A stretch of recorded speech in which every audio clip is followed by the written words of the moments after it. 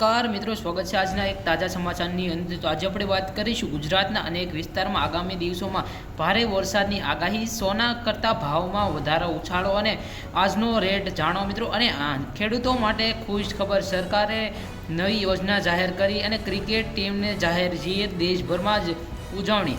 આંતરરાષ્ટ્રીય બજારમાં તેલનો ભાવ ઘટ્યા તો સામાન્ય લોકોને મોટી રાહત। તો મિત્રો ચાલો તો જાણીએ। તો મિત્રો આવતા 48 કલાકમાં દક્ષિણ ગુજરાતમાં, સૌરાષ્ટ્રમાં, ઉત્તર ગુજરાતમાં કેટલાક ભાગોમાં ભારે વરસાદ પડશે ને એવી શક્યતા જોવા મળી છે મિત્રો।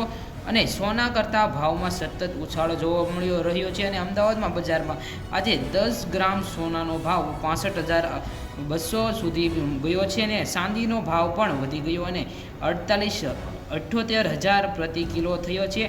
અને નવરાત્રિએ દિવાળી નજીક હોવાના ગ્રાહકોને ખરીદી હલચલ વધી રહી છે, પરંતુ વધેલા ભાવને કારણે ઘણા લોકો રાહ જોવા મળી રહી હતી। અને બજારમાં નિષ્ણાત માટે આગામી દિવસોમાં સોના કતાર ઘટાડવામાં આવ્યો છે મિત્રો। અને વાત કરીએ હવે ત્રીજા સમાચારની, તો મિત્રો ગુજરાત સરકારે ખેડૂતો માટે નવી સહાય યોજના જાહેર કરી છે અને આ યોજનામાં બીજી ખાતર અને કૃષિ સાધનો માટે ખાસ સહી આપવામાં આવી છે મિત્રો। હવે વાત કરીએ કે મિત્રો સરકારે કહ્યું છે કે ખેડૂતોને ખર્ચ રાહત લાવવાની છે અને ઉત્પાદન વધારવા માટે પગલાં ભરવામાં આવી છે।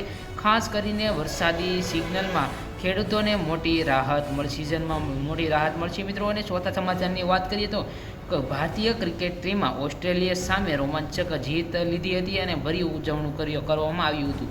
5 દિવસની મોટી આગાહી છે મિત્રો। આંતરરાષ્ટ્રીયમાં ઓઇલમાં ભાવ ઘટ્યો છે અને ભારતમાં પેટ્રોલ ડીઝલના ભાવ પણ સીધી અસર જોવા મળી છે મિત્રો। ઈંધણમાં ભાવ પણ 2 થી 3 રૂપિયા સુધીની રાહત જોવા મળી છે મિત્રો।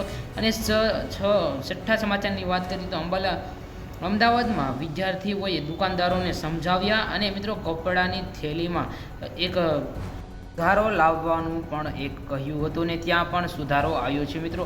તો મિત્રો આ હતા આજના મુખ્ય સમાચાર। તો વરસાદી પરિસ્થિતિને ધ્યાનમાં રાખીને મિત્રો સાવચેતી રાખજો અને મિત્રો આજના સમાચાર તમને ગમ્યા હોય તો લાઇક, શેર, સબસ્ક્રાઈબ, કમેન્ટ કરવાનું ભૂલતા નહીં। ફરી મળીએ આવતીકાલે તો નવા સમાચાર સાથે।